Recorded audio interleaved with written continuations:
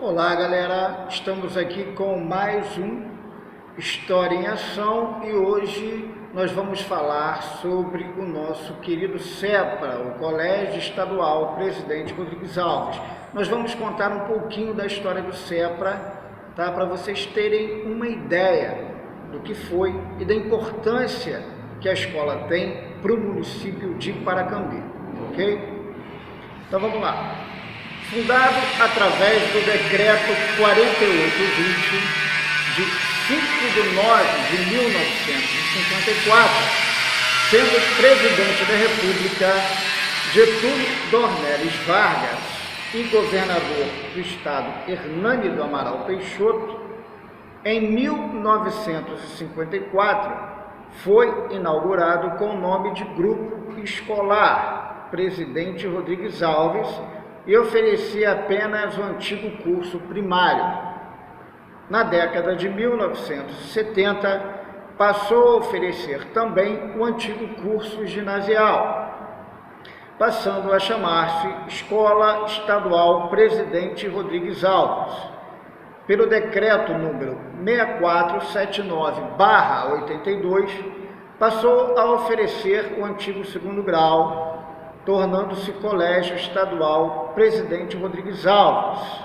A partir dos anos 1980, disponibiliza à comunidade o ensino de jovens e adultos, o curso normal e o ensino médio regular. Então vamos lá. Em 1954, como nós lemos aqui, ele foi inaugurado com o nome de Grupo Escolar Presidente Rodrigues Alves. Então, qual era o contexto em 1954? Quem era o presidente do Brasil? Como nós lemos aqui, o presidente do Brasil era Getúlio Vargas. Getúlio Vargas estava no seu segundo governo. E esse governo de Vargas, iniciado em 1951, foi um governo bastante conturbado desde o começo.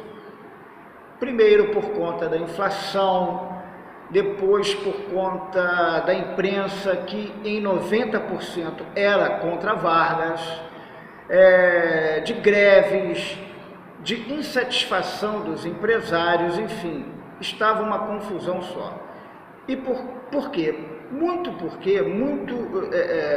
disso era por conta que o primeiro governo de Vargas durou cerca de 15 anos. Então Vargas ele tinha comandado o país como um ditador, foram 15 anos no poder. E quando ele se elegeu pela segunda vez, muitas pessoas tinham insegurança como a forma que ele iria governar. Então Vargas ele não conseguiu entrar no jogo democrático, até dentro do seu ministério, né? Os ministros e seus assessores, eles divergiam quanto à forma da economia, se a economia devia ter a intervenção estrangeira ou se não. Então, o governo de Vargas, o segundo governo de Vargas, foi muito caótico. E no meio dessa pressão toda, em 1954, no começo de 1954, o seu principal opositor, Carlos Lacerda, sofreu um atentado. E todas as acusações caíram em cima de quem? Em cima de Vargas. E Vargas se sentiu muito pressionado. E o que ele fez? Ele deu um tiro no próprio coração, ele se suicidou. Então, de um suposto vilão, né, naqueles últimos meses, principalmente naqueles últimos meses, Vargas morreu como um herói, como um grande herói da nação, causando uma grande comoção na sociedade brasileira, ok? E, enfim, isso tudo foi para vocês entenderem o contexto do Brasil naquela época. E voltando aqui para 1965, né? 11 anos aí à frente, em 1965, nós temos o que? A construção do muro da escola, que foi feito com o auxílio de moradores de Paracambi. Nessa época, quem era regente da escola era a professora Aida Alfano Grossmann. Ela era a regente. Então esse muro ele foi erguido com a ajuda da Sociedade Paracambiense e foi muito legal. Aí vimos que nos anos 70 o colégio, a escola mudou de nome, e nos anos 80 as atividades culturais e esportivas elas ganharam uma eficácia maior, tiveram um papel maior dentro da escola, tanto o esporte quanto a cultura. Foram realizadas nessa época campeonatos de futebol, por exemplo, em 1987, festas juninas também na década de 80. Então a década de 80 foi meio que um divisor de águas para essas atividades extracurriculares, tá ok? E o que acontece então? Tem um episódio muito bacana nos anos 80 que tinha uma festa aqui na quadra, eu não me lembro o nome do evento. Então tinha uma galera lá no palco que estava fazendo um cover da banda Blitz, né, que tinha o Evandro Mesquita, os vocais, a Fernanda Abreu, enfim. E nos vocais desse cover, tinha o Alex Santíssimo que estudava aqui, que era assim, um amigo meu de infância, e tinha o Bianco é meu velho amigo de infância, e o Bianco era guitarrista ou baixista, e as meninas ficavam enlouquecidas pelo Bianco, que gritavam, e já eram mesmo, todas assim, meio atraídas pelo Bianco, e foi muito, muito engraçado essa história. Então elas gritavam e tal, davam vazão, né, aproveitando ali aquela coisa que o Bianco despertava nas garotas. Muito legal, uma época muito bacana que vale a pena ser lembrada. E nos anos 90, a partir de meados dos anos 90, nós temos a criação da animação cultural, que foi um projeto do Darcy Ribeiro, né, que trabalhou lá com o Brizola, de colocar um artista da comunidade dentro da escola. E aí nós temos o Júnior, desde essa época, né, que sempre realizou atividades, eventos culturais, desfiles cívicos. Nós temos também a Ionara e eu, que também sou animador cultural, apesar de ser professor de História, eu sou animador cultural da unidade, do Estado. E desde então eu trabalho junto com a Ionara e com o Júnior nessas atividades culturais. Daí a importância da animação cultural, que é muito grande, né? E é claro, os professores, né? Aqui na nossa escola nós temos grandes professores, nós temos, por exemplo, professores que trabalham aqui, né, nessa escola pública e trabalham em outras escolas particulares da cidade. Escolas de renome como a Aquarela, como a Escola Modelo, por exemplo, o Maurício trabalha aqui e trabalha em outras escolas particulares. Assim como o Marcos Guedes, que dá aula aqui à noite, trabalha também dando aulas em escolas particulares. Então a mesma excelência que tem lá, tem aqui também, porque os mesmos caras que estão lá, estão aqui. O Robson, a mesma coisa, que já trabalhou aqui. A Monique também, que também dava aula em cursos preparatórios. Então aquele papo que escola pública está por fora é mentira.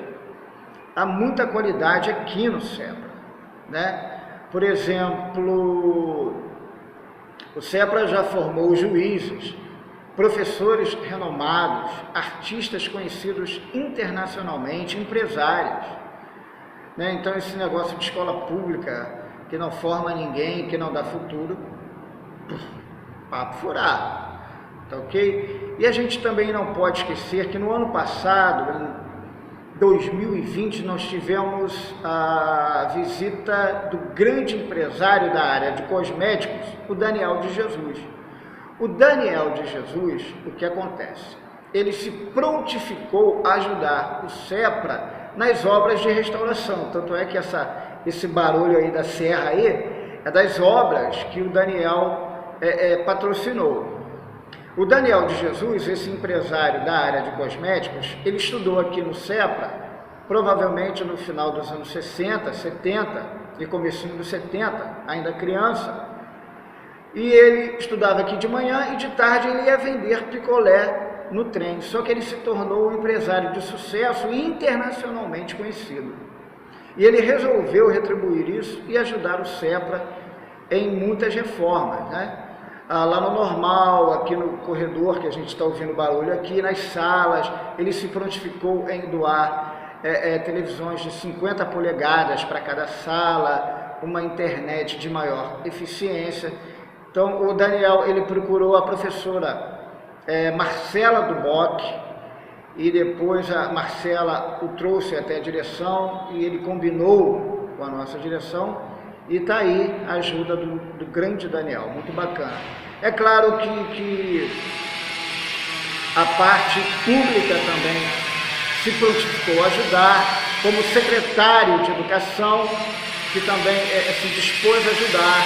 O André Siciliano, presidente da LERJ, também se prontificou também a dar uma força, mas a maior parte vem do Daniel, do incentivo particular. Isso foi muito bacana para a gente, muito, muito legal. E nós temos outros professores de excelência, pessoas também que fazem parte da equipe, professores como Léo Nigri, Léo Lima, a Jaque, a Flavinha, que também trabalha aqui, as meninas da cozinha, as meninas da limpeza, e é claro, não se esquecendo da nossa direção, que tem a Simone Domingues como diretora-geral e o Francisco Potiguara como diretor adjunto, né? E nós também tivemos diretores também que fizeram história aqui na escola, como a dona Ruth Capitão, a Isa, o Alessandro, a Fátima, né? E tantos outros que estavam aqui, que fizeram a história dentro da instituição. Todos excelentes diretores, tá ok? E é claro, para finalizar, a gente não deve esquecer da pedra preciosa, que são os alunos, né? Que chegam aqui no primeiro ano, às vezes um pouco imaturos, mas que vão evoluindo conosco, né? Porque o ensinar é uma constante aprendizagem e eles vão evoluindo conosco. Chegam aqui meio que crus, mas saem cozidos, não é verdade? Então, e é claro que nós não poderíamos esquecer de falar também do homem que deu nome a essa instituição, que foi o presidente Rodrigues Alves.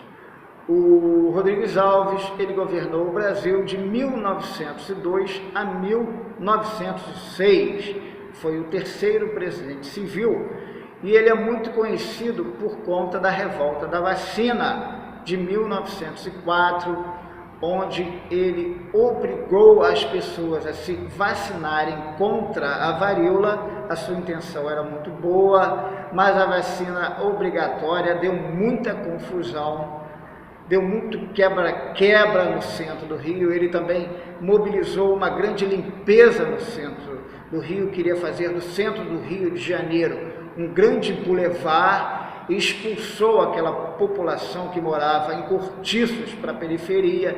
Isso, junto com a revolta da vacina, da varíola especificamente, gerou uma grande revolta, um grande quebra-quebra. Ele também que conseguiu acabar com a febre amarela e a peste bubônica, mas a vacina contra a varíola foi a gota d'água e a limpeza do centro da cidade, expulsando os moradores pobres e os colocando, né, para escanteio, né? O pessoal ali da Gamboa, do Morro da Providência, foram todos indo para os morros, literalmente, formando, começando o processo de favelização. Mas enfim, foi um grande presidente e morreu, ironicamente, de gripe espanhola em janeiro de 1919, acometido pela gripe espanhola. Gente, eu vou ficando por aqui, espero que vocês tenham gostado desse mini documentário do grande SEPRA, do grande Colégio Estadual Presidente Rodrigues Alves. Um beijo e até a próxima, fiquem todos com Deus.